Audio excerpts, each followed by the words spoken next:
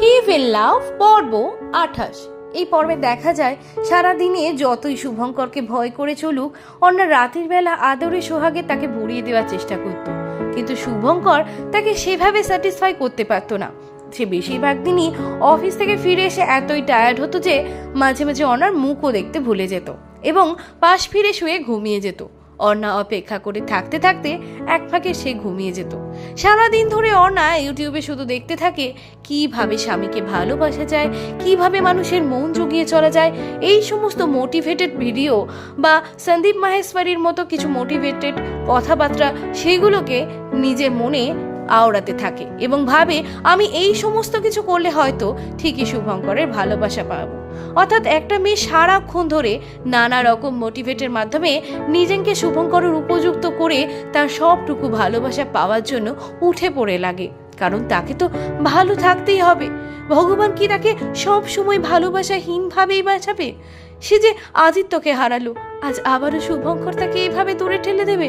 প্রাণপণে চেষ্টা করলে কি সে একটি মানুষের ভালোবাসাও এই জীবনে পাবে না? এইভাবে বেশ অনেকগুলো দিন চলে যায়। নানা রকম ভয়, নানা রকম মন খারাপ, নানা রকম হাসি খুশি আনন্দ সবকিছুর মধ্যে দিয়ে দিনগুলো বেশ কাটতে থাকে। এইভাবে একটি বছর কেটে যায়। তারপরে অর্ণা আর শুভঙ্করের অ্যানিভার্সারির দিন চলে আসে। সেই দিনকে অর্ণার ইচ্ছা ছিল শুভঙ্কর বেশ সুন্দর একটা আয়োজন করবে, অ্যানিভার্সারি পার্টি, লোকজন আসবে, যেরকম সেই দাদা বৌদির বিয়ে বাড়িতে গেছিল সেই যে অ্যানিভার্সারি পার্টি।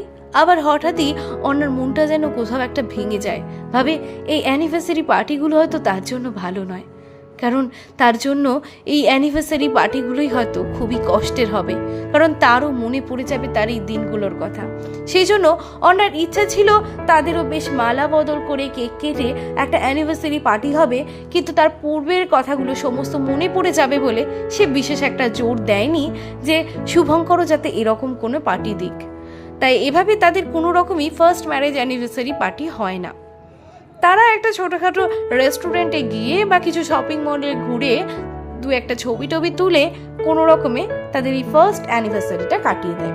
শুভঙ্করকে সে মাঝে মাঝে চিনতে পারে না, ভাবে যে শুভঙ্কর আমার উপর এত রেগে যায়, এত কথা বলে, হঠাৎ সেই শুভঙ্করই আজকের দিনে আমাদের ফার্স্ট অ্যানিভার্সারির দিন একটা বিয়ারের বোতল কিনে এনেছে।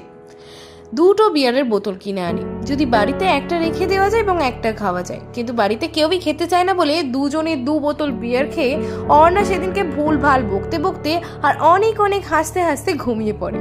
এইভাবে তাদের একটা মেমোরেবল কিন্তু ফার্স্ট অ্যানিভার্সারি সেলিব্রেট হয়। আয়োজন করে না হলো এইরকম সেলিব্রেশনই বা মন্দ কি, তাই না?